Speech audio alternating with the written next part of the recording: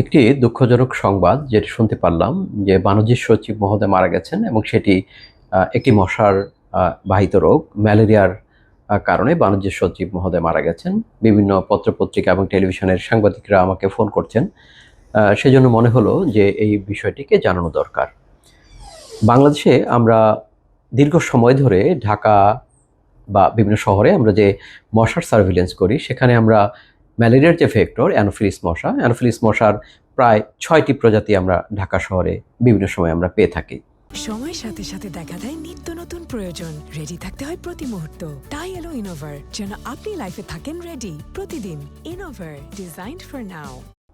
গত সপ্তাহতেও আমরা বেশ ভালো ঘনত্বের অ্যানোফিলিস মশা পেয়েছি ঢাকাতে। ঢাকার উত্তরাতে সবচেয়ে বেশি পাওয়া যায়। এছাড়া প্রায় প্রতিটি অঞ্চলেই আমরা এখন অ্যানোফিলিস মশা পাচ্ছি। পৃথিবীর বিভিন্ন দেশে আরবান ম্যালেরিয়ার রেকর্ড আছে। ঢাকাতে যে আরবান ম্যালেরিয়া হবে না তেমনটি নয়। তবে বাণিজ্য সচিব মহোদয় যেহেতু তার একটি বিদেশ ভ্রমণের ইতিহাস আছে খুব সম্প্রতি, উনি ওখান থেকেই আক্রান্ত হয়েছেন বলে আমরা ধারণা করছি বা সন্দেহ করছি। তবে বাংলাদেশে যেহেতু ঢাকা শহরে অ্যানোফিলিস মশার ঘনত্ব আছে বা অ্যানোফিলিসের অস্তিত্ব আছে, যদি রোগী অন্য জায়গা থেকে আসে সেখানে লোকালি ট্রান্সমিশন ঢাকাতে হতে পারে ভবিষ্যতে।